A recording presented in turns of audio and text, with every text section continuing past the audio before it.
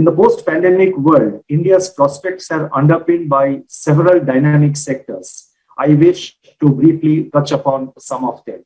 And I have shortlisted about seven sectors which I propose to highlight. First, information technology services and information technology enabled services, that is IT and ITES, backed by entrepreneurial capabilities and innovation and innovative solutions, have emerged as a key strength of the Indian economy over the years. There is a growing league of unicorns in India, reflecting its potential for technology-led growth. The country has added several unicorns over the last year to become the third largest startup ecosystem in the world. The second sector that I would like to highlight is the India's digital momentum, which is expected to continue with a strong demand in areas such as cloud computing, customer troubleshooting, data analytics, workplace transformation, supply chain automation, 5G modernization, and cybersecurity capabilities. India has the natural advantage to benefit from emerging trends in all these areas. The drive towards full fiberization of the economy has to go hand in hand with establishment of data centers across the nation for data storage and processing.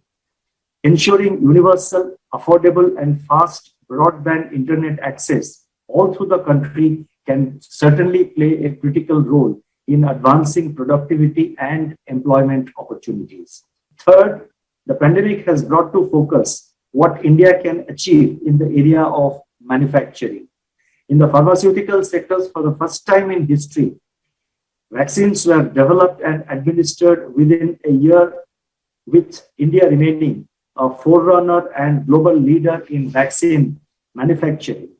Investors have shown confidence in the production-linked incentive, that is PM-PLI scheme, introduced by the government.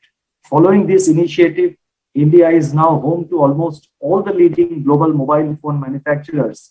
And during the recent period, India has turned from being an importer to an exporter of mobile phones. Fourth, the global push towards green technology, though disruptive, can create new opportunities in several sectors. For example, the automobile sector is moving towards electric vehicles. With greater innovation, electric vehicles are now slowly converging into internal combustion engines in cost as well as performance. The biggest electric vehicle car maker, as all of you know, is not from the traditional car maker companies. Similar creative disruption is also visible in the two-wheeler space. With supportive policies, greener technologies can yield economic and environmental benefits. Fifth, India's energy sector is also witnessing significant churning and technological transformation. As India grows rapidly, its energy demand is expected to pick up in the near future.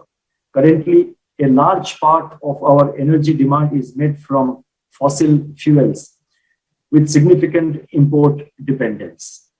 India aims to increase the share of non-fossil fuels to 40%, that is about 450 gigawatt of total electricity generation capacity by 2030.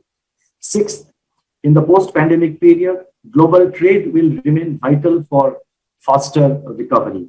Reflecting congenial policy environment and supportive external demand, India's exports have rebounded with a broad-based double-digit growth during the first half of this year, that is 21-22.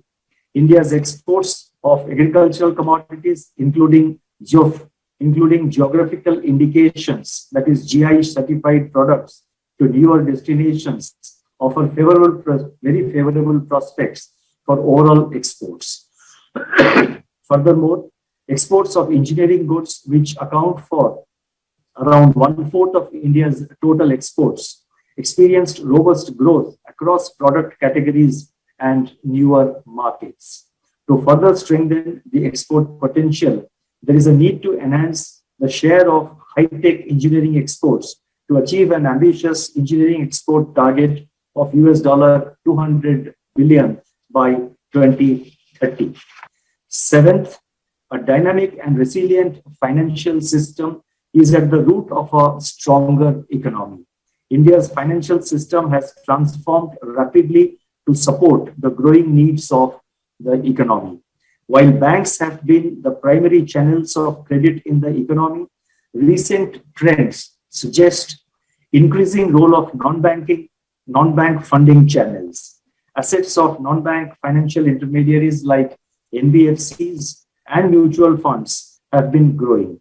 Funding through market instruments like corporate bonds has also been increasing. This is a sign of a steadily maturing financial system